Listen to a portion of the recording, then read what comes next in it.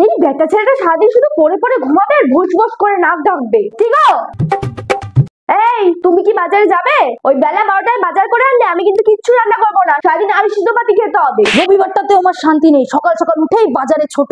সকাল সকাল যেতে হবে না, তুমি বিকেলে যে, কিন্তু সারাদিন তোমায় আল সিদ্ধ পাতি খেতে হবে। যাচ্ছি যাচ্ছি, এই গরমে আর ভালো লাগে না। এই নাও বাজারে ব্যাগ। আর একটা কথা কান খুলে শুনে রাখো, যদি খেতে চাও খাসি খুব শিগগিরই যেতে হবে গোয়া কাশি। আর তোমার মেয়ে এখনো ছোট, অন্য স্টেটে গিয়ে পিন্ডি দিতে পারবে না, তাই চুপচাপ মুরগি মাংস নিয়ে বাড়ি আসবে। মানে তুমি আমার বউ না জম গো, যে কোথায় কোথায় পিন্ডি দাও? তোমার 14 গোষ্ঠী পিন্ডি চটকে দিইনি, এই তোমার ভাগ্য ভালো। এই তোমার বাজে কথা ছাড়ো তো, আমি বাজারে যাচ্ছি, এক গ্লাস ঘোল করে রেখো, ফিরে এসে খাবো। ঠিক আছে, এবার বেরাও, আর মনে করে কিন্তু পেঁয়াজ রসুনটা নিয়ে আসবে। দরজাটা ভেতর দিয়ে আটকে দিও।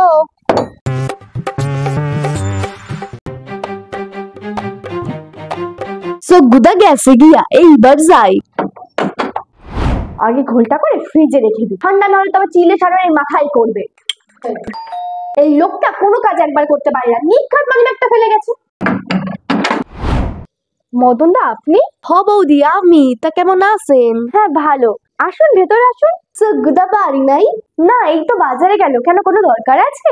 অনেকদিন আওয়া হয় না তো, তাই ভাবলাম যাই একটু গল্প গুজব কইরা আসি। ও আচ্ছা, বসুন। মধু, কাকুকে একটা চেয়ার দে তো।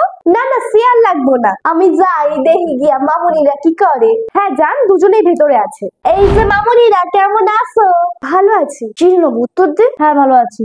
মদন দা গরম দিয়ে আসলেন, এই নিন ঘোলটা খান। ঘোল? গন্ধরাজ ঘোল, আমাদের গাছে গন্ধরাজ লেবু আর ঘরে পাতা দই দিয়ে বানানো। বাহ বাহ, এই ডাবের ভেতর ঢাইলা দিন, সুপ কইরা খাইয়া লাই। খাসা বানাইছেন বৌদি, আপনি খান, আমার দিকে গ্যাসে ভাত বসানো রয়েছে। আচ্ছা বৌদি, তা বড় মামনি তোমার বয়স কত হইল? 21। বাহ, একটা সঠিক বয়স। কিসের জন্য? তোর বিয়ের জন্য। ফালতু কথা বলিস না তো। তোমার আগে বিয়ে পাস হয়েছে? 6 সেমিস্টার চলছে, 2 মাস পর পরীক্ষা। বাবা, ঘর দর তো বেশ ভালোই বানাইছে জগ্গুদা, বৌদি বেশ সাজাই গোছাই রাখছে। তবে সবকিছু কেমন ছোট ছোট। হ্যাঁ, আর আপনার মনটাও। ছোট মামনি কিছু কইলা? না না, আপনি কন্টিনিউ করুন। যেটা কইতেছিলাম, তোমাকে ঘর দর তো সব ছোট ছোট। ঘর ছিল আমাগো 5 বিঘা জমি নিয়ে একখান বাসা। এত বড় পাখির বাসা? পাখির বাসা না, মাইনসের বাসা। তো বাসা তো ছিলই, এছাড়াও ছিল বিঘার পর বিঘা চাষের জমি, 10 খান পুকুর ছিল, এতে এত বড় বড় ইলিশ হইতো। পুকুরে ইলিশ? ওগুলো তো পুকুর ছিল না, মনে করো এক একখান যেন সমুদ্র। খানসনিসে গরু ছিল, পাল পাল হাঁস মুরগি ছিল, ফল সবজি সব নিজের বাসাতেই হইতো। জমিদার বলছো তো, জমিদার কইতে পারো, আমরা যেন জমিদারই ছিলাম। আচ্ছা, তারপর তো আমরা জমি বাড়ি বিক্রি করে এই দেশেই চলে আসি, যা টাকা পয়সা আনছি আমরা 5 ভাই 7 পুরুষ বইয়া খাইলেও শেষ হবে না। আচ্ছা কাকু, দাঁড়িয়ে খেলে কি শেষ হয়ে যাবে? আর আমার 4 ভাইয়ের কথা কি আর কমু, 4টি যেন 4 অবতার। আর ছোট রাজান কলির কেষ্ট নদে নিমাই। কুলির কেষ্ট না ফাটা কেষ্ট? আর আমার তো মাথাই নষ্ট। লেজে গোবর, তোমার মাথা নষ্ট হইতে যাবে কেন? তুমি সুন্দরী গুণবতী মেয়ে, মাথা তো একটা জলের মতো পরিষ্কার। সেই জানো তো, আমার ছোট ভাইটা এখন বুড়ো, ভাবতেছে বিয়া দিব। দেখো না তোমার মতো কোনো লক্ষ্মী মতো মাইয়া আছে কিনা। তোর মতো না রে, তোর কথাই বলছে। চুপ থাক। ঠিক আছে কাকু, দেখবো। পাইলে কিন্তু অবশ্যই জগ্গুদারে। না না, তুমি আমারই জানাইবা। আমাকে বাড়িটা চেনো তো, বটতলায় যে চায়ের দোকানটা আছে, ওখানে গিয়ে তুমি যারেই জিগাবা হেই দেখাই দেবে। আচ্ছা, জানাবো। ঠিক আছে মামুনিরা, তোমরা তাহলে লেখাপড়া করো, আমি যাইয়া দেখি যজ্ঞদা এলো কিনা। বৌদি, যজ্ঞদা আইছে নাকি?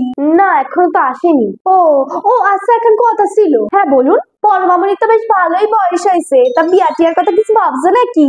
না, ওসব এখন ভাবছি না, এখনো তো পড়াশোনা করছে। সে করুক না, বিয়ার পরও লেখাপড়া করবে। সিরিয়ালে দেখো না, বিয়ার পরেও মাইয়েরা কেমন ডাক্তার উকিল হয়। দেখো আজকালকার দিনে কি কাউরে ভরসা করা যায়, কখন কি ঘটাইয়া বসে। তাই সময় থাকতে একটা বিয়ার পিড়িতে উঠাইয়া দাও। আমরা বললি তো আর হবে না, মেয়েরও একটা ইচ্ছা অনিচ্ছার ব্যাপার আছে। মাইয়া মানুষের আবার ইচ্ছার কি, একটু ভাইবা দেখো, হাতে এখন ভালো ছেলে আছে, বলো তো দেখা করাই। জানেন তো মদন দা, আজকাল মেয়েরা ছেলেদের থেকে কোনো অংশে পিছিয়ে নেই। আমার মেয়েদের তো আমি সম্পূর্ণ স্বাধীনতা দিই, আর বিয়ের মতো একটা ইম্পর্টেন্ট ব্যাপারে ওদের মতামতই শেষ কথা। আর দূর বৌদিরা হয়তো তো, তারা আমি বাড়ি দিয়ে আইতাছি। এই যে মানি বাজারটা নাও, আর আমার ঘোলটা দাও দেখি। উফ, বাইরে যা গরম। এই রে, গোলটা যে মদন দাকে দিয়ে ফেলেছি। একটু দাঁড়াও, আমি এক্ষুনি বানিয়ে আনছি। মদন? মদন কেন এসেছিল? সে কে জানে, এসে তো কি সব ভুলভাল বলছিল। মেয়ের বয়স হয়ে গেছে, বিয়ে দিয়ে দাও, হাতে বারো ছেলে আছে। আজ তো একটা ফালতু লোক। আমাদের তো বলছিল ওদের নাকি বিরাট জমি জায়গা, অঢেল পয়সা।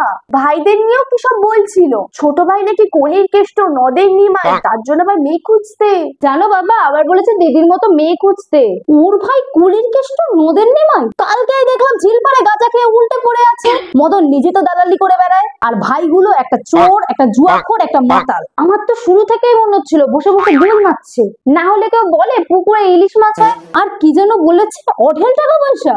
পাড়ার দোকানে চাটা পর্যন্ত খায় না টাকার ভয়ে, আর সারাদিন একটা ফাঁকা ডাব হাতে নিয়ে ঘুরে বেড়ায়। তাই বলি, ডাবের মধ্যে কেউ ঘোল ভরে খায়? ইস ছি! আমার দিদিকে হাত করার কি ভয়ানক আমি ফন্দি। এই লাঠি দিয়ে ঠেঙিয়ে ভাঙবো মদনের ফন্দি। এই তো মদন দা এক্ষুনি এলো বলে। তুমি কিভাবে জানলে? যাওয়ার সময় বলে গেল তো, বাড়ি গিয়ে আবার আসবে। আসুক আসুক, আজ বেটাকে মজা দেখাবো। ওই ওই বুঝে এসেছে।